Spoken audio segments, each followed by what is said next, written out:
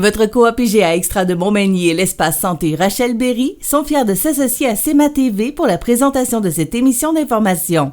Toujours soucieuse d'être près de sa communauté, votre coopérative d'alimentation s'implique dans le mieux-être de ses 150 employés, à toujours satisfaire davantage ses 6275 sociétaires et à répondre en tout point à leurs besoins. Supportez les organismes de bienfaisance et les entreprises du milieu. Votre magasin coop IGA Extra de Montmagny, c'est tout ça et bien plus. Bonne émission! Les Caisses Desjardins de Montmagny-Lillet, fiers partenaires de l'émission Bonjour Côte-du-Sud. Tous ensemble, nous contribuons à faire rayonner des milliers de jeunes. Desjardins, toujours là pour faire briller la jeunesse.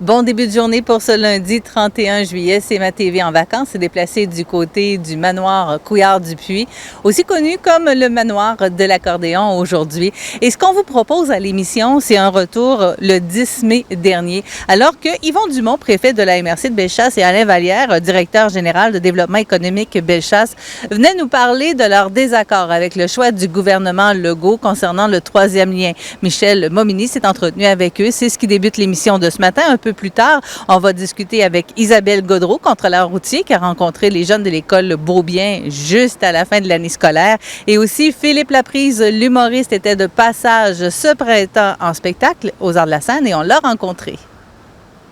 Nos prochains invités, on va prendre le temps de parler avec eux parce que d'abord, ils ont fait du chemin pour venir en entrevue aujourd'hui, mais aussi parce que, je vous l'ai mentionné, moi, c'est une décision qui m'a ébranlé. Je ne suis pas gêné de le dire parce que pour le développement économique de notre région, on parle de Chaudière-Appalaches, mais on parle particulièrement de Montmagny, mais Chaudière-Appalaches, c'est une grande région.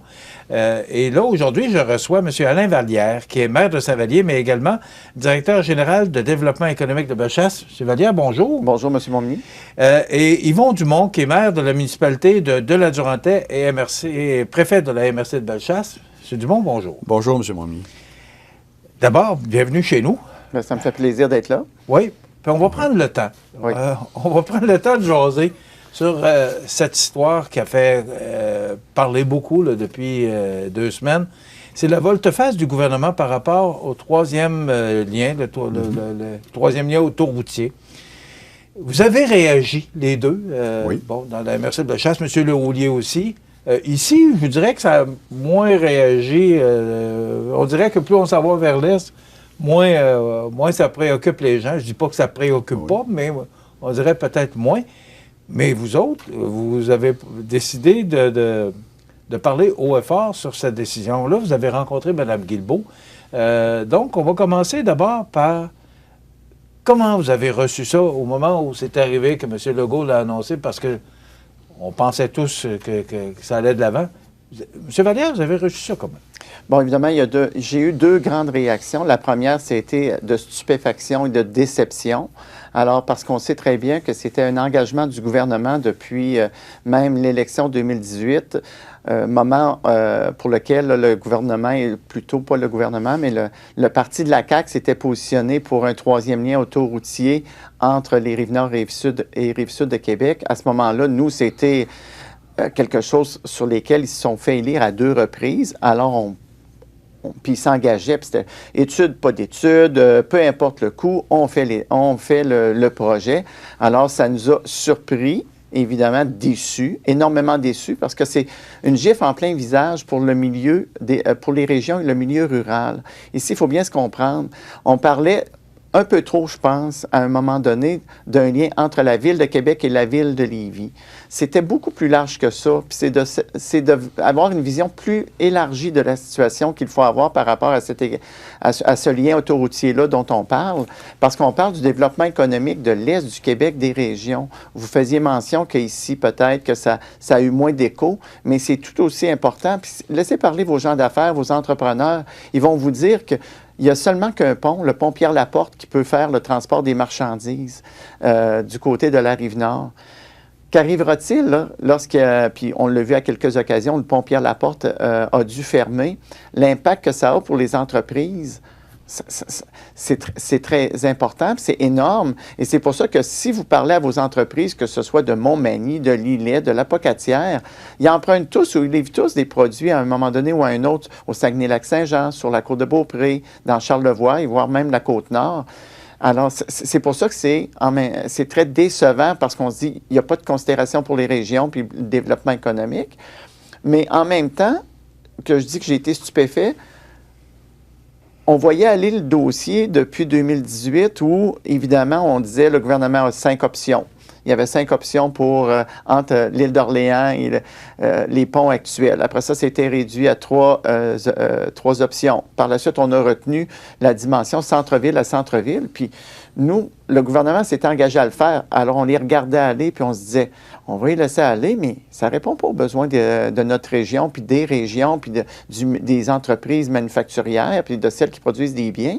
Alors, en même temps, on s'est dit, c'est peut-être pas surprenant parce qu'on voyait aller la chose. Puis on se disait, ça va coûter cher pour finalement aboutir à ce qu'on a connu là, il y a 2-3 semaines quand le gouvernement a annoncé l'abandon d'un lien autoroutier entre les deux centres-villes. Mais déjà, à ce moment-là, on se disait toujours, c'est chronique d'une mort annoncée. Ils s'en vont vers un mur, mais on voulait rester silencieux, puis on se disait dans Bellechasse... Pour pas nuire au projet. Pour pas nuire au projet. On a déjà les opposants qui tirent des roches, puis nous, on est pour le projet, puis on va se mettre à leur tirer des roches. On les laissait aller, mais ça ne répondait pas aux besoins. Mais maintenant que tout ça est tombé, que cette possibilité d'un lien autoroutier-là n'est plus là, bien là, à un moment donné, il va falloir que les régions s'expriment, puis c'est ce qu'on a fait. On s'est pris en main, puis on ne laissera plus nos affaires entre les mains des autres. On va s'occuper de nos affaires. M. Dumont? Écoutez, la politique a laissé la politique travailler. On avait confiance. Nos députés de Chaudière-Appalaches nous disaient, effectivement, le troisième lien, ça va aller. Et même M. Legault lui-même nous l'a mentionné. C'est officiel, à partir du moment où j'ai appris la nouvelle, j'étais un peu choqué, beaucoup même. Ça a été constaté dans les entrevues que j'ai faites. de Québec, vous étiez plus qu'un peu choqué. En beau, je vois le vert, comme il disait, comme il rapporte régulièrement. Et écoutez, on était appuyés par nos députés. Tous les députés de Chaudière-Appalaches appuyaient ce dossier-là. Et actuellement, on a de la difficulté à voir leur déception. Nous, on est choqués, mais nos députés qui nous appuyaient, la déception, c'est comme englouti. On aurait dit qu'ils ont un mot d'ordre, vous réagissez pas, vous restez correct, vous continuez d'appuyer le gouvernement dans sa démarche. Puis, on ne vous le cachera pas, la confiance envers le gouvernement actuel est rendue assez basse. Assez basse. Bon. Et j'en ai fait part à notre député d'ailleurs, à cet effet-là. M. Dumont, vous parlez justement de la députée qui est caquiste, de la CAQ, de Stéphanie Lachance. Oui. Elle a réagi comment? Avant, parce que vous avez rencontré Mme Guilbeault, là, mais avant de parler de ça, moi, je voudrais vous entendre sur la réponse ou la réaction de Mme Lachance, qui est députée de Bellechasse. Bien, de ce qu'on a lu, puis les échanges qu'on a eus, elle est très déçue de la décision. Puis, je veux dire, elle a été mise au fait dans les quelques instants précédant l'annonce officielle. Comme les autres députés de Chaudière-Appalaches. Oui, puis, des fois, je me suis posé la question, est-ce que c'est l'abandon du projet qui les a déçus ou bien c'est de ne pas avoir été avisé plus longtemps d'avance? Je me suis posé la question. Qu'est-ce qui déçoit le plus les candidats ou les députés de la CAQ de la région? Parce qu'évidemment, ils peuvent être bien déçus comme nous de que ça ne se fasse pas. Mais de ne pas avoir été informés, est-ce que c'est ça qui les a plus outrés que l'abandon du projet? J'espère que c'est l'abandon du projet. Avez-vous parlé à Mme Lachance? J'ai parlé à Mme Lachance, effectivement. On pouvait sentir sa déception dans son contexte, dans l'échange qu'on a eu ensemble. Mais elle était toujours à la défense du gouvernement. Il y a plein de données statistiques qui sont sorties, qui venaient à l'encontre de l'installation d'un troisième lien de cette nature avec le transport c'est particulièrement le transport de marchandises qui vient nous chercher. Transport automobile aussi, en ayant la marchandise puis avoir les automobiles. Et on vient nous rabattre les oreilles avec l'effet que Bellechasse, on consomme beaucoup, on projette beaucoup de CO2, donc du gaz à effet de serre, et qu'on va aller faire fondre les glaciers dans le Grand Nord. Écoutez, tout ça mis ensemble qui fait qu'on est conscient qu'il faut réduire notre consommation de CO2, l'émission de CO2. Mais à quelque part, aidez-nous à le réduire. Pensez-vous que les véhicules, les transporteurs qui viennent de Rimouski, de Montmagny, tout ça, qui vont couper par le lien Rive-Nord, Rive-Sud, économiseront pas l'émission de CO2? C'est une réalité. Et cachons-le pas. Des véhicules, il va toujours en avoir. On va toujours avoir des véhicules. On va tendre vers les véhicules électriques, c'est assuré, sauf qu'il va toujours rester des véhicules à essence, à mon avis. Pour la MRC de Bellechasse, parce que, bon, moi, je vous ai entendu au FM 93 cette semaine, donc les gens de Québec aussi veulent vous entendre. Qu'est-ce que vous défendez principalement pour la MRC de Bellechasse? Où ça vous affecte le plus directement par rapport à ce lien autoroutier qui ne fonctionnera plus pour la MRC de Bellechasse? Bien, évidemment, oui, je vais vous répondre pour la MRC de Bellechasse. C'est important parce que nos entrepreneurs, nos entreprises, les manufacturiers ont besoin de ce lien-là. D'ailleurs, à la rencontre qu'on a eue avec Mme Guilbeault, on avait une propriétaire d'entreprise qui fait de la distribution de produits alimentaires et qui a elle-même une entreprise de transformation alimentaire et qui a un point de vente sur la Rive-Nord. Et elle est venue exprimer à quel point c'était un problème que de transporter la marchandise. Puis les problèmes qui ont été connus dans le passé lorsque le pont fermait, ça amenait des casse-têtes énormes à ces entreprises-là. Et pour nous, ce qu'on voit, c'est un risque de perdre nos entreprises, de se voir à se délocaliser pour justement éviter tous ces embarques, puis ces problèmes qui peuvent arriver avec le lien qui ne fonctionne plus. Alors, nous, on veut maintenir la vitalité de nos entreprises chez nous. Puis il y avait une question de mobilité de main-d'œuvre, parce qu'on sait que ce lien-là aurait pu donner accès à nos entreprises manufacturières à un bassin de main-d'œuvre quand même important. Ça aussi, il ne faut pas le négliger. Alors, c'est tout ce développement-là, puis on parle de développement économique, développement des entreprises, puis c'est ce qu'on perd de vue, là. Tu sais, à un moment donné, on a regardé les études, puis tous les documents qui sont sur le réseau Express que le gouvernement a mis en ligne pour justement qu'on ait accès à tous les documents qui ont été faits. Et ce qu'on constate, la question demeure entière. On a beau avoir abandonné le projet de lien autoroutier centre-ville à centre-ville, mais il y a des questions qui demeurent entières et non résolues. Le transport des marchandises, c'est l'enjeu principal et on n'aborde pas. Puis la vétusté des ponts, on sait que dans 15-20 ans, ça va être des ponts qu'on devra avoir réfléchi avant. Ils sont déjà vêtus. Bien, c'est ça.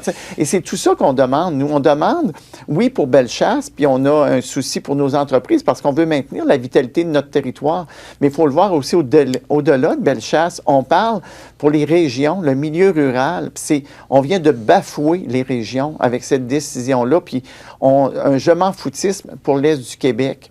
Et pour exemple, je vais prendre ce que M. Legault a dit il y a 2 semaines quand il s'est exprimé sur l'importance de réaliser le REM à Montréal. Moi, j'ai rien contre le REM, là, je ne le connais pas suffisamment pour le critiquer, mais j'ai rien contre, a priori, là, le projet.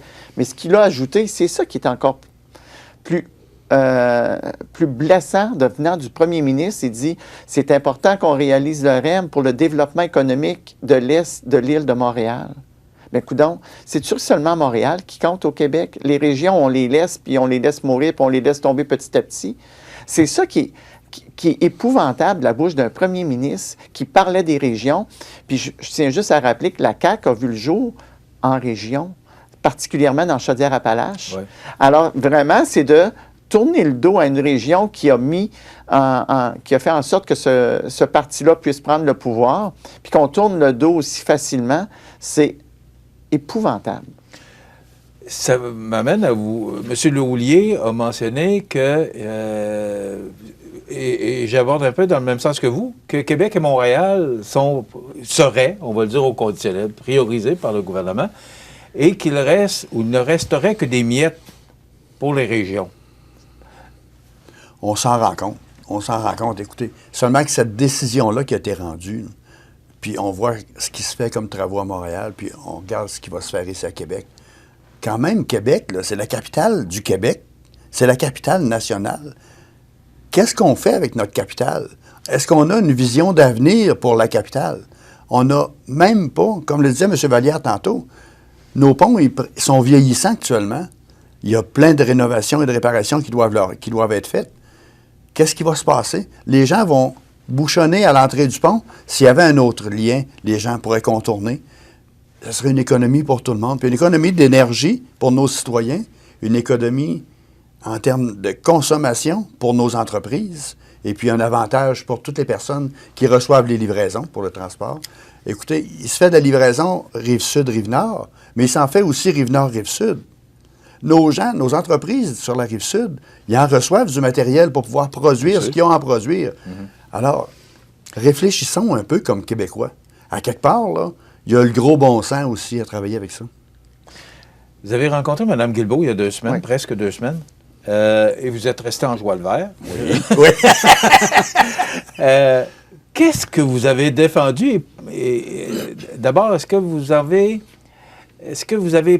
pensé, est-ce que l'oreille de Mme Guilbeault était là où elle vous a rencontré par politesse à la demande de Mme Lachance, la députée? Bon, bien évidemment, c'est nous qui avions demandé, le Conseil d'administration de développement économique de Bellechasse, qui avait demandé la rencontre avec Mme Guilbeault.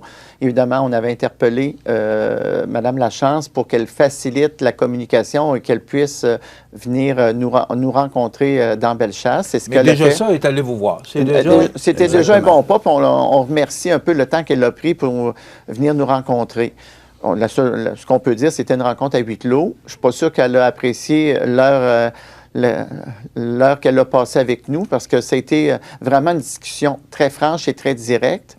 Ce qu'on a demandé, on a fait part, évidemment, des problèmes. On a demandé au gouvernement de faire preuve de vision. Nous, ce qu'on veut, là, puis on demande à nos municipalités, puis à notre gestion municipale de planifier puis de prévoir notre municipalité dans 10 ans, dans 15 ans, dans 20 ans. On s'attend à la même chose, que ce soit au niveau provincial ou au niveau fédéral. On veut que se développe une vision au Québec. Malheureusement, c'est pas ça qu'on sent avec surtout la situation des transports entre les deux rives à la hauteur de Québec. Et on lui a demandé d'avoir une vision, de travailler avec nous pour la mise en place d'un comité qui va véritablement travailler à répondre aux questions dont on a évoqué tout à l'heure, puis qui sont sans réponse, même s'ils abandonnent le 3e lien autoroutier centre-ville à centre-ville. Je le répète, le problème et la question demeure entière. Que fait-on avec le transport des marchandises? Puis la vétusté des ponts, c'est des choses qui ne sont pas résolues. Et un 3e lien autoroutier, là, ce qu'on peut dire aujourd'hui, ça va être un investissement inévitable. Ça, là, on va devoir passer par là, qu'on le veuille ou non. Mais moi, je veux qu'on ait une réflexion et on veut travailler. Dimanche, on entendait M. Dubé nous dire qu'il voulait interpeller les élus municipaux pour la question de la santé. Mais pourquoi on n'aurait pas la même réflexion de la part de notre ministre des Transports, travailler avec les élus et le monde du développement économique pour travailler aux solutions à développer pour le futur? C'est ça qu'on s'attend d'un gouvernement, faire preuve de vision, de leadership. Puis M. Legault disait qu'il fallait beaucoup d'humilité pour abandonner une promesse qu'on avait faite pendant 5-6 ans. Mais aujourd'hui, ce que je demande à M. Legault, c'est de faire preuve d'humilité et de dignité, puis de dire, on va revoir la situation, parce qu'effectivement, il y en a peut-être des bouts qu'on a échappés, puis il faut mettre en place une véritable réflexion pour l'avenir, puis le développement des régions. Or cet aspect-là, là, on va toujours en parler, puis on ne trouvera jamais de solution. Puis on va faire comme au Québec, on va dépenser de l'argent, parce qu'au Québec, on n'en manque pas d'argent. On fait juste, on le gaspille, c'est pas la même affaire. Mme Guilbeault vous a rencontré à huis clos, ça a été direct. Vous n'avez pas, je pense, entendu ce que vous vouliez entendre. C'est quoi la prochaine étape? Parce qu'il y a des opposants à ce projet-là, beaucoup d'opposants. Est-ce que vous n'avez pas l'impression de prêcher dans le vide? Prêcher dans le vide? Pas du tout, parce que c'est fondé. Puis d'ailleurs, les mêmes études qu'elle a mises sur son site Internet évoquent les problèmes puis les questions que je vous ai fait part un peu plus tôt, là. Puis il n'y a pas de réponse. Bien, à un moment donné, il va falloir qu'elle soit cohérente et que le comité qu'elle a mis en place, pas le comité, mais toutes les études et le consortium qui devait évaluer les diverses options, ils n'ont pas trouvé de solution ou de réponse aux questions. Mais il va falloir en trouver. Puis ça, c'est une question de responsabilité du gouvernement du Québec. Si elle ne le fait pas, elle est en train de faillir à la tâche et elle ne réalise pas. Nous, on a dit qu'on ne lâchera pas. Et c'est effectivement le cas. On ne peut pas laisser bafouer les régions. Le développement économique du milieu rural ne peut pas être laissé être laissé pour compte par le gouvernement du Québec. On va véritablement travailler pour le développement de nos entreprises. On est là pour ça. M. Vallière, ça fait longtemps, parce que vous étiez directeur général du CLD avant, donc ça fait longtemps qu'au niveau économique, vous êtes impliqué dans la MRC de Bellechasse. Moi, je me souviens, ça fait 35 ans que je suis dans le monde des communications dans la région. Il y avait été question, à un moment donné, d'un pont dans la région, dans le coin de Beaumont, là, qui relierait Beaumont à l'île d'Orléans. Oui. Et là, on refait le pont de l'île d'Orléans, qui va coûter des milliards. En tout cas, tout près du milliard. Je ne me souviens pas du montant. Est-ce qu'il y a d'autres projets que vous seriez prêts à entendre ou à supporter pour régler le problème? Principalement, ce que j'entends ce matin, c'est le problème de transport qui nuit aux entreprises, au développement des entreprises de la MRC de Bellechasse et de la MRC de Montmagny aussi. Montmagny, c'est Chaudière. Bas-Saint-Laurent on aussi. s'entend là-dessus et je pense exactement comme vous là-dessus. Mais est-ce que vous êtes prêt à regarder d'autres projets? C'est sûr qu'un pont entre Beaumont et l'île d'Orléans, c'est moins dispendieux qu'un projet autoroutier. Est-ce qu'il y a d'autres choses? Est-ce que vous avez, en rencontrant Mme Guilbeault, mis d'autres projets ou d'autres idées sur la table? On s'est bien gardé de le faire parce qu'on n'est pas des spécialistes dans le transport. Puis nous, on dit toujours, on veut s'adjoindre aussi des spécialistes pour nous dire quelle est la meilleure option. Puis je pense que c'est avec des spécialistes qu'on peut travailler. Toutefois, il y a une question qui a surgi dans ma tête, puis je pense qu'il n'a surgi pas rien que dans la mienne, mais au cours des dernières années, on a vu qu'il y a plein de projets qui sont réalisés en Asie, en Europe. Puis là, présentement, il y a le plus long tunnel submergé au monde qui est en train de se construire entre l'Allemagne et le Danemark, 17 km. En dollars canadiens, là, si on parle que c'est en train de se faire, on parle de 10,8 milliards. Comment ça se fait qu'on va faire 17-18 km entre l'Allemagne et le Danemark pour un tunnel submergé le plus long au monde? Puis nous, ici, c'est toujours beaucoup plus cher, beaucoup trop cher. Est-ce que c'est la prime Québec, puis tout ce qui entoure le Québec? En tout cas, il y a matière à question. C'est pour ça que je dis, on doit avoir des spécialistes avec nous, mais il y a encore beaucoup d'autres réflexions, d'autres questions à avoir. C'est quand même inquiétant de savoir qu'ailleurs, on va faire pour le double puis le triple de la distance pour un projet qui se chiffre à 10,8 milliards. Comment ça se fait qu'ici, ça coûte toujours si cher que ça?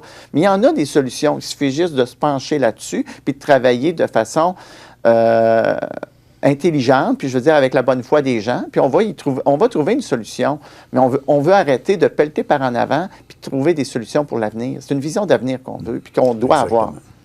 Vous êtes les deux porte-parole actuellement là, pour la MRC de Bellechasse. Puis je dirais même pour Chaudière-Appalaches, parce que M. Laulier s'est prononcé un peu, mais pas beaucoup, par rapport à sa ville qui est vraiment directement touchée par ce projet qui ne fonctionne pas. C'est quoi la prochaine étape? Là, vous parlez d'un média, vous rencontrez les médias pour faire connaître votre point de vue sur cette décision-là. C'est quoi la prochaine étape, là? Est-ce que vous allez aller chercher du monde autour de vous? Parce que vous ne pouvez pas à deux. Parce que vous représentez à Chaudière-Appalaches, mais là, vous êtes juste deux. Oui, effectivement. Il faudrait peut-être que vous soyez 22. Lors de notre rencontre avec Mme Guilbeault, on lui a proposé de s'engager officiellement. On lui a dit, on est prêt à former un groupe qui vont échanger avec vous et le ministère des Transports pour pouvoir voir vers où on peut se diriger. Est-ce qu'il y a une révision de ce projet-là qui pourrait être fait? Parce que le troisième lien, ils ont choisi, c'était quoi? On respecte ça, c'est leur choix. Ils feront leur troisième lien. Mais nous, ça nous prend un lien Rive-Nord, Rive-Sud. Alors, on l'a invité à s'asseoir avec nous pour en discuter. Et on n'a jamais eu d'engagement de la part de Mme Guilbeault. La seule chose qui a sorti sur les ondes et qu'on a vu, qui a été lu aussi dans le Journal de Québec, c'est que Mme Guilbeault voulait nous offrir de créer un comité pour faciliter les échanges d'informations. Elle dit comme ça, elle dit, ils vont être satisfaits. On a trouvé ça un peu arrogant de sa part. Puis Mme Guilbeault, au départ, d'entrée de jeu, lorsqu'elle est arrivée pour nos échanges à la MRC, elle nous a bien dit, nous ferons des échanges qui seront francs. Nous parlerons, nous dirons les vraies choses. Puis ça n'a pas donné rien de plus de sa part. Mais c'est sûr que lors de la rencontre, ce qu'elle a dit, mais elle ne l'a pas dit lors de la rencontre, elle l'a dit en point de presse, elle a dit, on comprend qu'ils veulent avoir l'impression de participer. Et là, je dois vous dire, samedi, en fin de semaine, parce qu'elle est venue nous voir jeudi dernier, en fin de semaine, tu ravales. Tu sais, tu dis, cette personne-là n'a rien compris. Puis on avait demandé, et j'avais demandé spécifiquement avant sa venue, je veux pas une spécialiste en communication, moi, là. Je veux quelqu'un qui connaît des dossiers puis qui est capable de nous parler de contenu.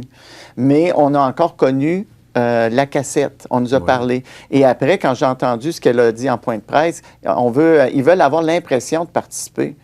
C'est-tu de rien comprendre aux gens? Puis là, je me suis dit, est-ce que c'est le pouvoir qui rend comme ça? Puis là, tu te dis, coudonc, le pouvoir, c'est comme l'alcool. Il y en a qui ne supportent pas ça, là. Mais c'est à peu près comme ça que je me suis dit, parce que on est vraiment, manifestement, à des années-lumière l'un de l'autre, là. Puis on ne peut plus continuer comme ça au Québec. Il y a trop d'argent en jeu, il y a trop d'impact pour le milieu économique, le milieu rural, les régions. Et pour répondre à votre question, oui, on va se mobiliser. On va être avec les chambres de commerce, les organismes de développement économique de la Chaudière-Appalaches. Puis on va aller aussi à l'extérieur de la région de la Chaudière-Appalaches. Ça ne concerne pas rien que Bellechasse, c'est Chaudière-Appalaches et la ville de Lévis. Et c'est là où le problème a probablement surgi. C'est qu'on l'a tellement centré entre les villes de Québec et ville de Lévis. Puis on va le dire tout de suite, là, leur troisième lien transport collectif, là, ils n'ont pas besoin. J'espère qu'ils ne travailleront pas longtemps là-dessus puis qu'ils ne plancheront pas là, pendant des années. C'est chronique d'une mort annoncée, ça ne se fera pas. On sait très bien que, et tout le monde et les spécialistes le disent, ça avancera nulle part, puis on n'aura probablement aucun résultat de ça. C'est juste pour faire avaler la pilule. Oui, c'est ça. Puis on entend M. Drainville nous dire que ça allait se faire avant 2026. Tu as le goût de lui dire, il me semble que je serais un peu prudent. Là, après, tu es engagé à faire un troisième lien autoroutier. 2 jours après, tu te revires de bord. Tu dis que tu vas faire assurément un lien de transport collectif. Tu te dis, prudence, mon homme, prudence. Là. Les chambres de commerce se sont impliquées et vous avez parlé des chambres de commerce Montmagny et Kamouraska-Lillet aussi qui ont procédé à un sondage qui a été très positif. On va suivre ça de très près. C'est tout le temps qu'on a, mais ce que je comprends, c'est que vous n'avez pas l'intention de lâcher le morceau. Pas du tout. Absolument pas. C'est pour le développement économique des régions, puis l'Est du Québec, puis on y tient, puis on va maintenir le cap. M. Vallière, en quelques secondes, comment se porte la MRC de Bellechasse au niveau économique? Bien, nous, ça va bien. On a des entreprises qui sont quand même florissantes. Je ne vous cacherai pas que dans les 3 dernières années, ça a amené nos entreprises à être ébranlées un peu avec la pandémie. Mais on a vu aussi qu'il y avait beaucoup d'initiatives qui avaient été porteuses pour ces entreprises-là. Ils ont démontré beaucoup d'initiatives, puis ils ont réussi à se retrousser les manches puis à trouver des solutions aux problèmes auxquels ils font face, puis auxquels ils ont fait face. Mais je pense que ça va bien. Puis on a de grosses entreprises, de plus petites entreprises, puis nos entreprises agroalimentaires se portent très bien. C'est une très belle... c'est un très beau territoire de la MRC à visiter pour tous ceux qui veulent aller goûter aux bons produits du terroir. Je dois vous arrêter parce que c'est terminé. Vous êtes de bons ambassadeurs de votre région. Félicitations pour ce que vous faites. Bravo pour votre travail. Merci. Alain Vallière, maire de Saint-Vallier et directeur général de développement économique Bellechasse. Et Yvon Dumont, maire de la municipalité de la Durantais et de la MRC de Bellechasse. Merci d'avoir été avec nous. Puis, tenez-nous au courant des développements parce qu'on va suivre ça avec intérêt. On va vous tenir au courant, assurément. Effectivement. Merci beaucoup. Bonne journée. Les élèves de l'école primaire de Beaubien, à la toute fin de l'année scolaire, ont rencontré Isabelle Gaudreau, qui est contrôleur routier, pour parler de prudence, justement, sur les routes, surtout aux côtés des gros camions. Bien, on vous fait un petit récapitulatif dans un moment. Du 23 au 27 août, c'est le Festival du bûcher de Saint-Pamphile. Bingo le jeudi avec 4 200 $ en prix. Vendredi, plusieurs activités, spectacles en soirée avec Phil Lauzon, les deux frères et hommage à AC/DC avec High Voltage. Samedi, compétition forestière, structure gonflable, parade, spectacle avec Alter Ego, Québec Redneck Bluegrass Project et hommage à Bob Bissonnette. Dimanche, brunch, compétition et Paul Darèche en après-midi. Le Festival du bûcher de Saint-Pamphile du 23 au 27 août, festivaldubucher.ca. Votre Canadien Tire Montmagny vous offre un inventaire complet pour votre magasinage. De plus, retrouvez un immense choix de produits pour votre animal de compagnie. Votre Canadien Tire à Montmagny, la place par excellence pour magasiner à Montmagny.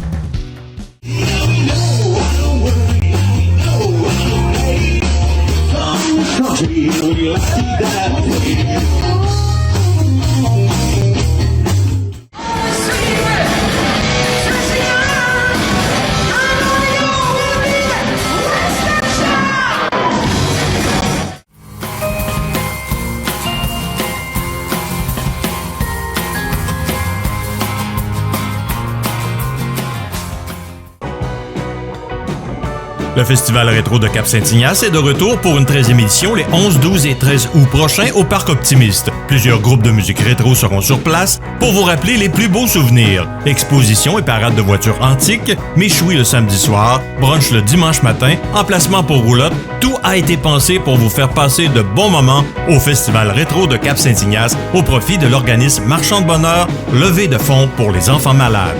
On vous attend. Desjardins et ses membres sont toujours là pour faire briller la jeunesse. Les jeunes ont des rêves, des ambitions, des projets et les caisses Desjardins de Montmagny-Lillet sont fiers de les soutenir et de les faire rayonner. Desjardins, toujours là pour faire briller la jeunesse.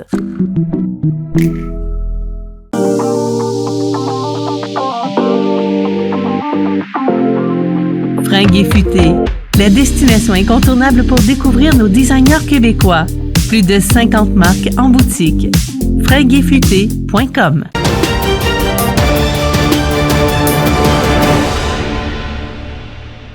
Vous regardez CEMA TV, le réseau de l'information sur la Côte-du-Sud. L'École Beaubien propose une activité bien spéciale à ces jeunes. Le contrôle routier Québec qui est sur place, vous pouvez le voir, il y a des camions de contrôle routier. Il y a un camion Ben aussi, c'est pas pour rien. Isabelle Gaudreau est là pour nous donner plus de détails. Bonjour Isabelle. Bonjour. Pourquoi vous êtes ici à l'École Beaubien aujourd'hui? Nous, en fait, c'est qu'on veut sensibiliser les jeunes, en fait, le plus tôt possible aux dangers qui peuvent venir avec le fait de circuler autour d'un véhicule lourd. Donc, la Société d'assurance automobile du Québec a développé le concept là, des tapis pour délimiter les zones d'angle mort.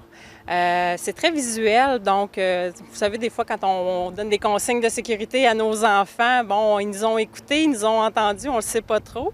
Là, on s'est dit qu'on voulait que ce soit très visuel, justement, pour créer un impact, pour qu'ils s'en rappellent. Puis, dans le fond, c'est ça, pour que ça soit vraiment plus percutant. Vous l'avez dit, Isabelle, c'est un concept qui a été créé il y a quelques années, qui était proposé déjà, entre autres, à Québec. Et c'est une des premières fois que vous venez dans la région de Montmagny pour le proposer. Oui, effectivement. On a commencé par l'École Beaubien, qui est la plus grande école à Montmagny, pour, dans le fond, rejoindre le plus grand nombre d'élèves. Là, l'année scolaire se termine bientôt, donc on va mettre fin à l'activité pour la saison estivale probablement, mais on va revenir en septembre quand l'école va recommencer. On va faire le tour des écoles parce que c'est ça, le but, c'est de rejoindre le plus grand nombre d'enfants possible pour que le message se propage. C'est sûr que c'est hyper pratique présentement parce que l'été s'en vient, les vélos sont sortis, on ne sait pas trop comment réagir quand on est plus jeune en arrière des gros camions, on les trouve beaux puis on a tendance à se coller dessus, hein? Oui, puis vous savez, la plupart des gens pensent que le conducteur du véhicule, parce qu'il est assez plus haut, qu'il y a une meilleure visibilité, mais c'est pas le cas, là. C'est vraiment pas le cas. C'est une idée qu'il faut s'enlever de la tête.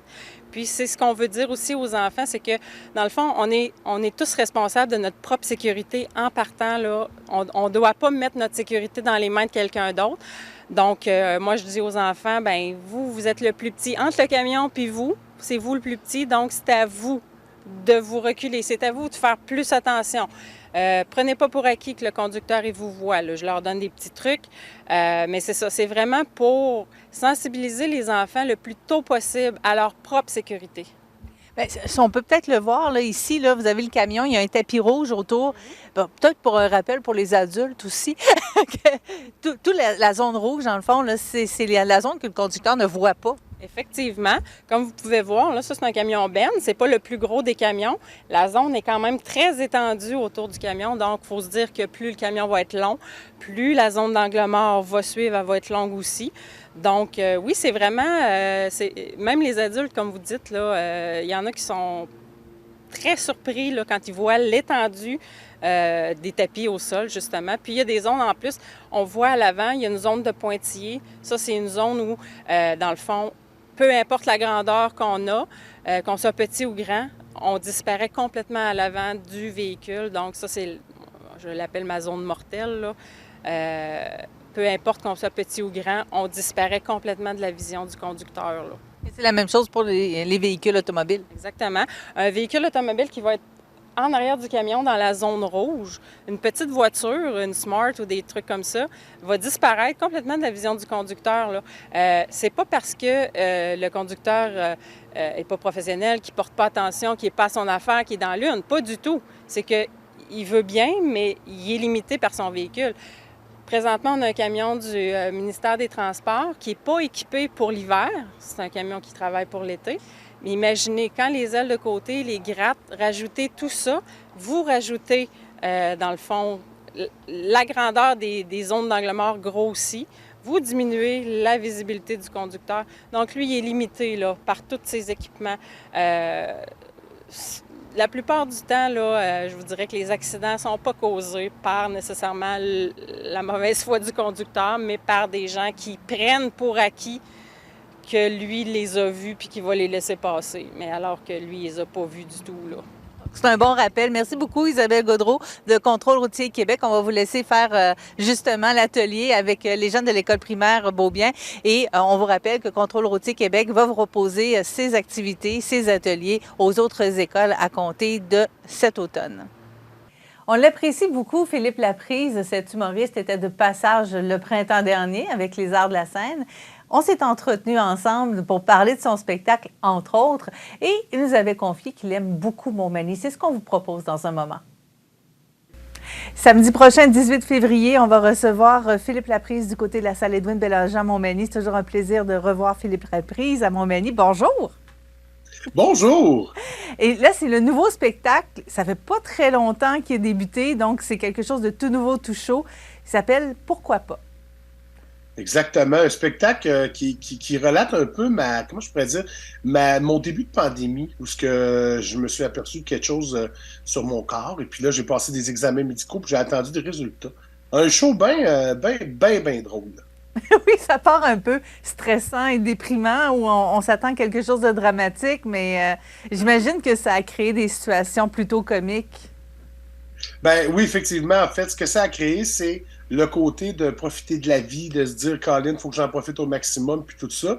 Le pourquoi pas vient de cette idée-là. En fait, je voulais appeler ça Yes Men, mais il y a un film qui existe déjà, fait que je pouvais pas prendre ce titre-là, fait que j'ai appelé ça Pourquoi pas, dans le sens où pourquoi pas faire tout ce qu'on a envie de faire dans la vie, au lieu d'attendre tout le temps. Tu sais, moi, je me souviens, mes parents disaient souvent, quand je vais être à ma retraite, je vais voyager. Puis je fais, ben non, faut voyager avant d'arriver à la retraite, là. Mm-hmm. Faut arrêter d'attendre parce qu'on ne sait pas ce qui peut arriver, dans le fond. Exactement. Si je me souviens bien, dans le film Yes Man, le gars était obligé de dire oui à toute proposition. Est-ce que c'est un peu ça que vous explorez dans le spectacle aussi? Exactement, c'est un peu ça. C'est un peu cette ouverture d'esprit-là, exemple, aller faire du voilier, un sport que j'ai jamais aimé, mais que ma blonde tripe dessus bien raide, d'aller marcher en montagne, qui est des affaires que moi, je déteste faire, à part si c'est en VTT ou en motoneige. Fait que, tu sais, c'est un peu cette espèce de combat-là. Puis en même temps, de me rendre compte que à travers ça, ben, j'ai découvert que finalement, j'haïssais pas tant que ça faire de la voile. J'haïssais pas tant que ça marcher. Tu sais, que je trouvais ça agréable, là, tu sais. Vous l'avez dit, ça prend une ouverture d'esprit pour essayer des choses, découvrir. Exactement. Oui, exactement. Puis des fois, la vie nous pousse à nous ouvrir l'esprit rapidement. C'est un peu ce qui est arrivé avec un dénouement très drôle à la fin. Évidemment, le punch-out du spectacle, je peux pas le dire, mais une situation qui aurait pu dégénérer, qui finalement était une banalité que j'ai faite, oh my God. Je sais pas pourquoi ça m'est arrivé à moi, tu sais. Je discutais dernièrement avec Dominique Paquet qui disait que maintenant, les spectacles, vous les faites sans entracte. Est-ce que c'est quelque chose que vous appréciez, vous? Ben oui, ben évidemment, parce que l'entracte fait souvent casser le rythme d'un spectacle. Ce qui est agréable dans un spectacle, c'est de garder toujours le même rythme, la même évolution, d'aller d'en avant en avant, que la courbe se fasse très bien. Quand on la coupe dans le milieu, ben c'est un peu plate, c'est un peu moins le fun pour le public. Mais je pense que ce qui est agréable dans Sans entracte, c'est de vivre l'expérience dans un bloc au complet. Et est-ce que vous avez une première partie cette fois-ci? Non, malheureusement, parce que je fais déjà à peu près 1h45 tout seul. Donc, avoir une première partie, je pense que ça serait demander 2 heures, 2 heures et quart assis aux gens. Je pense que là, ça serait peut-être un peu trop, mais 1h45, des fois, ça va vers 1h50. Puis les gens ne voient jamais le temps passer dans mon spectacle. Et qu'est-ce qui fait la différence entre les deux? C'est de l'improvisation ou la longueur des rires? Ça dépend de la crowd, ça dépend de comment les gens sont ce soir-là, parce que des fois, je rajoute rien nécessairement, mais évidemment, ça m'arrive des fois de sortir de mon texte et de faire parce qu'il s'est passé une situation, puis je vais en parler un petit peu, tu sais. Souvent, évidemment, Montmagny, moi, je suis tombé en amour parce que j'ai fait la boucle du Grand Défi Pierre Lavoie en 2015. Là, c'était un peu mon retour à ma santé un petit peu plus en forme, tu sais. Je dis ça avec un surplus de pandémie, comme tout le monde, là. Mais c'est exactement ça, tu sais, c'est comme un peu ça. Mais je pense que souvent, il arrive des choses, il y a des situations qui vont un peu déraper. Puis des fois, on ne sait pas pourquoi le public est... Tu sais, depuis que la pandémie est terminée, le public est encore plus en feu qu'il l'était. Les Québécois ont besoin de rire, ont besoin de s'exprimer, de se laisser aller. Puis un spectacle d'humour, quand tu es dans le noir, que personne te voit, personne te juge, même si c'est une petite ville comme Montmagny, ben les gens se laissent aller. C'est là que ça explose. Vous êtes un chef de l'improvisation, vous êtes reconnu pour ça, entre autres. Est-ce que c'est difficile pour vous de faire un spectacle et de vous empêcher d'improviser à travers? Je pense qu'en fait, au fil des années, j'ai développé un talent, mettons. C'est que maintenant, je peux avoir des textes solides et être capable d'improviser lorsque j'en ressens le besoin ou que je pense que ça s'apprête bien. Parce que improviser, évidemment, souvent, ça peut tomber vite dans l'ennui et dans le côté « oh boy, je sais pas ce que je m'en vais ». Tandis que si je me garde des portes ouvertes dans le spectacle, où ce que je sais que là, je pourrais déraper, ben, c'est encore plus agréable de faire ça, tu sais. Puis je pense que c'est devenu une force au fil des années d'être capable d'avoir un texte, de rester dedans, de débarquer quand je veux, puis de revenir quand je veux dans mon texte. Au fil des ans, évidemment, vous avez une renommée en tant qu'humoriste, en tant que comédien. On vous voit à la télévision, on vous entend à la radio, vous êtes un peu partout. Et ça vous permet de mettre de l'avant votre région, le Saguenay. Est-ce que c'est encore quelque chose que vous faites cette année? Oui, encore cette année, j'ai renouvelé avec le Saguenay-Lac-Saint-Jean pour une prochaine année encore. Et effectivement, c'est sûr que ma région, ça va toujours rester mon havre de paix où ce que je vais me ressourcer. J'ai un chalet là-bas. J'en parle dans mon spectacle et à chaque fois, je trouve ça drôle parce que je compare toujours le fjord avec quelque chose que vous avez dans votre région. Mais évidemment, je ne prendrai jamais le fleuve qui est juste à côté, qui est extraordinaire. Je vais prendre de quoi d'un petit peu plus médiocre dans votre région. Puis je m'amuse toujours à rire un peu avec le public de nos régions dont on est tellement fiers, tout le monde. Mais pour moi, le Saguenay-Lac-Saint-Jean, qu'est-ce que vous voulez? Je suis né là, mes racines sont de là. Je suis un gars du lac qui a déménagé au Saguenay. Je fais partie de mon ADN. Ça fait partie de mon ADN, le Saguenay-Lac-Saint-Jean. C'est beau vous entendre parler de votre région. J'espère qu'il y a beaucoup de gens dans le coin ici qui parlent de leur région de la même façon. Merci beaucoup, Philippe Laprise, pour ce moment. On va vous voir sur la scène de la salle Edwin Bélanger à Montmagny, samedi 18 février à 20h. Donc, c'est un rendez-vous. Merci beaucoup. J'ai bien hâte d'aller vous voir. À bientôt. Salut, bye. Je m'appelle Zachary et mon sport préféré, c'est le hockey. C'est grâce à l'Association des amputés de guerre si je peux jouer au hockey, parce que j'utilise une prothèse qui m'aide à tenir mon bâton de hockey. Je peux faire des lancers frappés, je peux manier la rondelle. Moi, je fais partie de l'Association des amputés de guerre. C'est comme une équipe. Merci!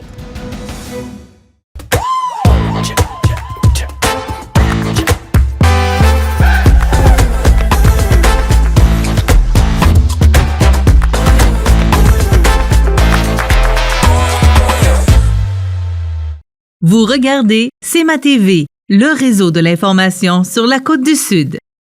Notre prochain invité, bien, vous le reconnaissez, c'est notre député de Côte-du-Sud, Mathieu Rivet. Bonjour, Mathieu. Oui, bonjour. Comment allez-vous? Très bien. Vous arrivez de Montréal? J'arrive de Montréal. On dit que les voyages forment la jeunesse. Oui, il y a des voyages plus loin que ça. Mais oui, j'arrive de Montréal. J'ai passé le week-end là. OK. Et, bon, vous avez des responsabilités par rapport à la culture qu'on vous a données. Parlez-nous un peu de... Bien, d'abord, on a terminé la session parlementaire vendredi. C'était 2 semaines intenses. Là, vous êtes en vacances, là? Quand on dit intense, on peut appeler ça comme ça. Mais aujourd'hui, je suis là. On a une bonne semaine. Avec l'IOPEL, on va en parler, avec plein d'autres événements. Mais effectivement, le décor va changer. Puis je me trouve vraiment choyé, puis je suis vraiment heureux de passer l'été là, dans le comté, puis d'aller à la rencontre des gens, puis de préparer aussi la prochaine session. Puis pour moi, ça va être une première. Là. D'abord, d'être vraiment mobile dans la Côte-du-Sud. On ne part pas en famille à l'extérieur. On a décidé de vraiment passer l'été ici dans la Côte-du-Sud pour être présent aussi. Puis je veux connaître qu'est-ce qui se passe un peu partout dans les 45 municipalités. Ouais, parce que c'est le premier été que vous êtes député? Premier été de ma vie, que je suis député, mais aussi que je vais avoir le temps de pouvoir sillonner l'ensemble de notre merveilleuse Côte-du-Sud. Premier point, mais oui, j'arrive de Montréal tout de suite à la fin de la session. Vous savez, on en avait parlé déjà, j'ai un mandat en culture. Donc, chaque député est adjoint gouvernemental ou adjoint parlementaire à un ministre. Donc, moi, c'est évidemment Mathieu Lacombe, ministre de la Culture. Très heureux de pouvoir l'accompagner, de pouvoir faire de la représentation pour lui. Donc, j'avais 2 activités particulières. Samedi, je suis allé remettre le prix d'Europe, le grand prix. Il y avait énormément de prix à la relève québécoise en musique classique. C'est un prix, d'ailleurs, qui a toujours eu lieu, qui a lieu depuis 111 ans et qui se tenait à la chapelle historique du Bon-Pasteur. Pour ceux qui ont vu un peu les nouvelles à Montréal, d'une façon triste, il y a eu un incendie dans les dernières semaines à ce merveilleux endroit-là de diffusion de la musique classique à Montréal, la chapelle historique du Bon-Pasteur, qui est très connue dans le milieu de la musique classique. Ça a été déplacé au Conservatoire de Montréal. Donc, je me suis rendu là et j'ai remis le Grand Prix, qui est un prix quand même de 50 000 qui permet à un artiste de pouvoir aller rayonner à l'international, d'aller parfaire sa formation. On parle de jeunes musiciens là, jusqu'à 30 ans qui ont un parcours exceptionnel, qui sont de très haut niveau. C'était un concert où les 4 finalistes ont joué, où le gagnant de l'année passée jouait. Bref, prix d'Europe, j'étais là. On a quelqu'un de la région, d'ailleurs, qui avait gagné, Caroline Roussel, qui est de Rivière-du-Loup, qui a gagné le prix, si je ne me trompe pas, en 2000, juste avant la pandémie ou en 2022. La date n'est pas fixe pour moi, et qui viennent de remporter le prix Reine-Élisabeth, une artiste lyrique de notre région qui a une carrière assez exceptionnelle. Là. Elle est vraiment merveilleuse. Bref, on a plein de bon monde. J'ai rencontré plein de gens de Côte-du-Sud. D'ailleurs, je suis arrivé là au Prix d'Europe. Puis c'est des gens du Kamouraska qui m'ont accueilli. Quelqu'un de Saint-Germain qui est bénévole pour le Prix d'Europe à Montréal.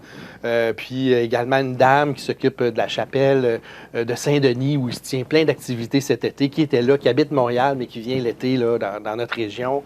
Bref, ça m'a vraiment fait drôle d'être là, de représenter le ministre de la Culture, mais de me retrouver dans mes chaussures de Côte-du-Sud. J'ai trouvé ça exceptionnel. C'était un beau moment. L'autre moment magnifique, c'est hier.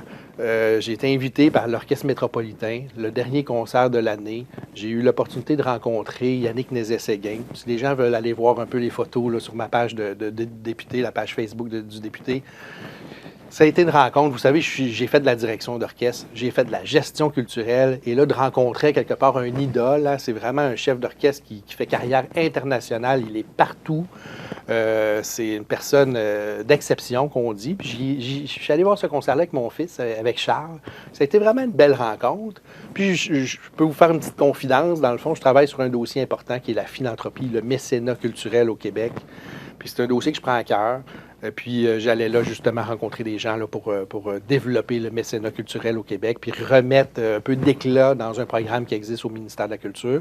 C'est un mandat que j'ai pris sur mes épaules là, de pouvoir y collaborer d'une bonne façon, finalement. Et Mathieu, quand vous parlez de ça, je vous sens les yeux là, qui brillent. C'est passionnant. Vous êtes dans la culture jusque-là. C'est passionnant pour moi. C'était votre métier aussi, là, avant d'être député. On voit que vous aimez vous impliquer en culture. J'aime la Côte-du-Sud, puis j'aime aussi pouvoir travailler à la valorisation de notre identité, d'identité québécoise, puis aussi au rayonnement de la culture québécoise partout à travers le monde. Parlant de culture, cette semaine et au cours de l'année, on souligne le 100e anniversaire de naissance de Riopelle. Vous êtes très impliqué par rapport à cet événement-là. Oui, puis je pense que plusieurs personnes impliquées, puis c'est ce qui me touche, c'est de voir le côté rassembleur d'un événement comme ça, de se dire que la ville de Montmagny, les Arts de la Seine, la bibliothèque ici, même les étudiants du CECM en régie technique de scène ont une implication exemplaire. Puis je remercie Sandra Matt aujourd'hui, là, qui est enseignante là, puis qui s'occupe aussi du programme, puis qui a vraiment fait un boulot super de rassembler les étudiants à s'occuper de la régie technique, si on veut. Il y a eu un reportage de Radio-Canada la semaine dernière, justement, sur exactement. Cette formation formation-là qui est donnée là, au cégep ici. Au cégep, Centre d'études c'est collégiales. unique. Hein? Il se passe quelque chose de tout à fait particulier ici à Montmagny dans ce volet-là. Puis c'est important. Puis d'ailleurs, qu'il y aura des répercussions en lien avec le complexe culturel et sportif et toute cette mouvance-là, d'avoir ce pôle de formation ici, c'est quand même quelque chose d'important. Puis je souligne le travail qui est fait également de la SDE puis de Mathieu Sirois dans tout ce volet de promotion-là. Puis là, j'ai envie de faire un appel là, directement aux gens aujourd'hui, de se dire, il faut se rendre jeudi soir, le 15 juin, donc cette semaine, à 20h, à Place Montel. Je me croise les doigts pour qu'il fasse beau. S'il ne fait pas beau, on a des options aussi. Les gens pourront être mis au courant. Mais maintenant, c'est pas très jojo, là, mais ouais, ça peut changer. On va rester positif. Exactement. Donc, le 15 juin, à 20h, Place Montel, Raoul Duguay, peut-être un de ses derniers spectacles, du moins dans notre région ici, va venir faire un événement avec deux de ses musiciens. Puis ce qui est tout particulier, c'est qu'il a fait un recueil de poèmes sur Riopelle, sur son amour à Jean-Paul Riopelle. Puis c'est ce qui est mis en scène. Je vous dis, là, c'est une véritable performance. J'ai vu son spectacle le 1er mai dernier à Québec. Puis je pense que les gens vont être, étonnés pour l'ancienne génération de voir l'énergie que cet homme-là de 80 quelques années a sur scène. Puis pour les plus jeunes, d'avoir l'opportunité ici même, dans la Côte-du-Sud, d'entendre Raoul Duguay en spectacle. Je pense qu'il faut... Je parlais justement de l'identité québécoise. Là, je pense que c'est quelqu'un quand même qui reflète Duguay, ça. Tout a été dit sur ce bonhomme-là. Si on veut chanter ensemble la oui. Abitibi, c'est un moment, une opportunité toute particulière. Il y aura des invités spéciaux qui seront présents. Je me croise les doigts pour retrouver un instrument, une trompette, qui était mon instrument parce que je me suis fait voler ce week-end à Montréal, d'ailleurs. Donc, j'espère pouvoir faire un petit clin d'œil là, avec cet événement-là en soirée. Je pense que ça se veut un événement rassembleur. Ça se veut un moment où est-ce qu'on va se retrouver tous ensemble sur Place Montel. Puis effectivement, j'y ai collaboré. Là, j'ai donné un coup de pouce financier pour que cet événement-là puisse se tenir. Je suis très content de ça. Puis je fais une invitation là, aux gens de Monseigneur-des-Chênes, entre autres, des gens qui habitent proches, mais aussi une invitation aux gens de Québec. On peut inviter, c'est gratuit, là, à 20h, toute la soirée. Il y a un DJ aussi, le DJ Pionnier qui va être là. Donc, vraiment une espèce de, je vais dire ça comme ça, de clash de génération. Raoul Duguay, DJ, il y a quelque chose de spécial qui va se passer assurément cette soirée-là. Donc, jeudi, le 15 juin, ouais. Ça se passe à Place Montel. On est en version raccourcie pour la période de l'été, donc on va y aller en vrac un peu pour les différents sujets. Entre autres, le ministre du Travail, M. Boulay, qui va nous visiter là, le 19 juin prochain. Qu'est-ce qu'il vient faire chez nous? Bien, vous savez, là, à titre de parti politique, là, c'est vraiment un mouvement de contribution politique, si on veut. Il y a quelques événements comme ça qui s'organisent dans l'année. Donc, je fais ici un appel là, aux gens qui ont pu être sensibles du travail que j'ai effectué dans les derniers mois. Bien, peuvent aussi aller voir sur ma page Facebook, se renseigner ou appeler au bureau, là, ici à Montmagny, pour avoir de l'information sur cette activité-là qui va se tenir le 19 juin. Puis, donc, c'est vraiment un événement, je vais dire, politique.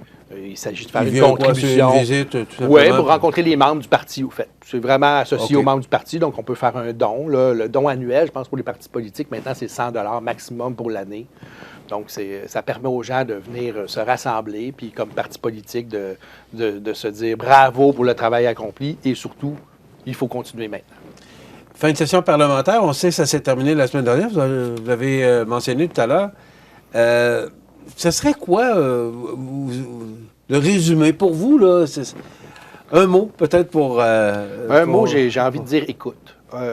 L'écoute, puis j'en aurais deux mots. L'écoute et l'apprentissage. L'écoute, c'est mon regard envers mes collègues, puis je vous dirais même des gens de l'opposition aussi, en travail de commission parlementaire. Il y a vraiment un travail collectif qui est réalisé, puis je peux vous dire qu'on a abattu, je vais le dire comme ça, plusieurs projets de loi difficiles.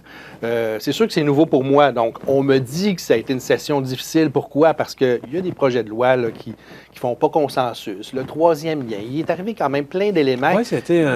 Pas facile, je vais le dire comme ça, mais en même temps, pour moi, personnellement, d'installer l'organisation de travail ici dans la Côte-du-Sud, mais le travail parlementaire aussi, l'apprentissage des commissions, l'apprentissage du travail parlementaire au Salon Bleu, l'apprentissage des collègues, des cabinets d'abord, et aussi des ministères. Je peux vous dire que j'ai l'impression que c'est allé vite. T'sais, je me sens vraiment bien, confortable dans mes chaussures. J'ai eu accès à pouvoir changer plusieurs éléments qui aura des répercussions dans la Côte-du-Sud, dans le futur. puis des éléments qui ont été probablement des choses qu'on attendait depuis longtemps. Je pense entre autres au niveau de l'agriculture, au niveau des aboiteaux dans la région du Kamouraska. Il y a eu plusieurs portes qui se sont ouvertes pour régler certains éléments. D'autres qui seront plus complexes, qu'on aura peut-être besoin d'encore plus de temps pour y travailler, mais je pense que les gens peuvent s'apercevoir, puis je me le fais dire aussi, puis je suis très heureux de ça. J'ai envie d'investir le temps nécessaire pour faire rayonner Côte-du-Sud, donner un coup de main à nos élus pour améliorer la qualité de vie des gens, puis qu'on se donne un peu plus de vitalité, puis qu'on se donne un peu plus de moyens pour être performant. Puis je pense avoir un bureau qui est en mesure d'être à l'écoute de qu'est-ce qui se passe dans notre région, et moi, de le rapporter à l'Assemblée nationale. C'est vraiment ça, hein? Je suis vraiment les yeux, les oreilles de qu'est-ce qui se passe sur le terrain.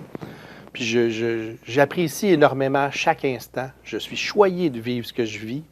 En même temps, j'ai envie de mettre le temps nécessaire pour que Côte-du-Sud soit connue de l'ensemble de la population québécoise. Puis c'est l'objectif que je me donne. Vous avez utilisé le mot « écoute ». Ouais. Est-ce que vous avez cette écoute-là de la part des gens de l'Assemblée nationale, vos collègues, députés, ministres? Tout à fait. Mon collègue Samuel Poulain a écrit une lettre ouverte dans les dernières semaines qui est à lire là, pour les gens qui ne l'ont pas lu parce que il était mentionné là-dedans que nous étions des plantes vertes ou qu'on avait à suivre une ligne de parti. Je peux vous dire qu'à de multiples occasions dans la semaine ou même à travers nos relations avec les collègues, on a des dossiers importants, des éléments à discuter. On a cet accès-là, cette écoute-là. Puis je pense qu'on fait ce travail collectif-là d'une très bonne façon. Puis je pense aussi être quelqu'un qui est capable de se faire entendre, je vais le dire comme ça, et toujours dans le respect. Mais j'ai vraiment cette impression-là, pas juste l'impression, les résultats sont là aussi du travail collectif qu'on réalise pour le Québec. Il reste 70 secondes. Ça va trop vite. C'est quoi, vous l'avez dit, vous voulez sillonner la Côte-du-Sud au cours de l'été, c'est votre objectif? Vous prenez des vacances un peu? Mais j'ai envie de dire aussi, dans les dernières semaines, hein, il y a eu 4 millions pour l'hôpital ici. On a eu des ministres qui sont venus nous visiter dans la Côte-du-Sud, pas rien qu'un, plusieurs. On a eu aussi l'annonce du cellulaire aussi. C'est un engagement électoral qu'on a pris d'ici 2026 de régler la couverture cellulaire sur le territoire. Donc, on voit ces occasions-là. Puis moi, j'ai envie d'inviter les gens à être positifs. Puis de voir ces éléments-là, ces petites poussières de magie, j'appelle ça comme ça, de se dire, OK, on a eu ça. Puis après ça, oui, on a l'intention de changer certaines affaires, de le verbaliser d'une bonne façon. Puis les gens sauront qu'ils ont un député à l'écoute. Puis bien là, on va vivre notre fête nationale. Quel bon moment de venir voir Raoul Duguay le 15 juin à 20h, fêter ce début de se placer le mental pour la fête nationale du 23 et 24 juin prochain. On va se souhaiter du beau temps pour le 15 juin. On se souhaite du beau temps, évidemment. Je profite de l'occasion pour vous souhaiter un bon été. Merci beaucoup. Et on va se retrouver à l'automne. Avec plaisir. M. Rivet. Bon été. Merci beaucoup d'avoir été avec nous. Merci. Voilà, on s'arrête. C'est déjà tout pour nous pour ce lundi 31 juillet. Mon nom est Marie-Ève Lamonde. Au nom de toute l'équipe des CMA TV, on vous souhaite de belles vacances. Demain, émission spéciale à nouveau en compagnie de Hélène Caron qui s'est vue remettre la médaille du lieutenant-gouverneur un peu plus tôt ce printemps. On va rejoindre également Jocelyn Landry, directeur général de la Bibliothèque de Montmagny, pour parler de la programmation estivale du côté de la bibliothèque. Et l'humoriste Dominique Paquette fera un passage dans l'émission. Bonne journée. Du 23 au 27 août, c'est le Festival du bûcher de Saint-Pamphile. Bingo le jeudi avec 4 200 $ en prix. Vendredi, plusieurs activités, spectacles en soirée avec Phil Lauzon, Les Deux Frères et hommage à AC/DC avec High Voltage. Samedi, compétition forestière, structure gonflable, parade, spectacle avec Alter Ego, Québec Redneck Bluegrass Project et hommage à Bob Bissonnette. Dimanche, brunch, compétition et Paul Darèche en après-midi. Le Festival du bûcher de Saint-Pamphile du 23 au 27 août, festivaldubûcher.ca.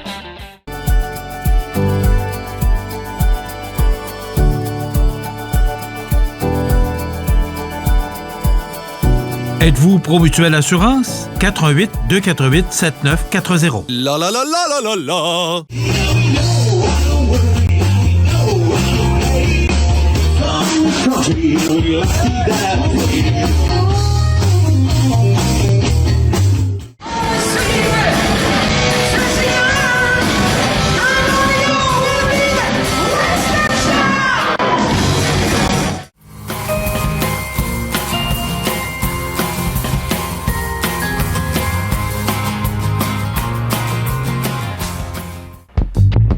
Un tout nouveau service de balade en triporteur électrique est offert à Montmagny. Les personnes âgées de 55 ans et plus peuvent profiter gratuitement de cette nouvelle activité qui leur permet une promenade sécuritaire dans les parcs et les plus beaux espaces publics de la ville. Le service est disponible du lundi au vendredi jusqu'au 18 août. Pour en savoir plus et pour réserver une balade, visitez leville.montmagny.qc.ca/triporteur.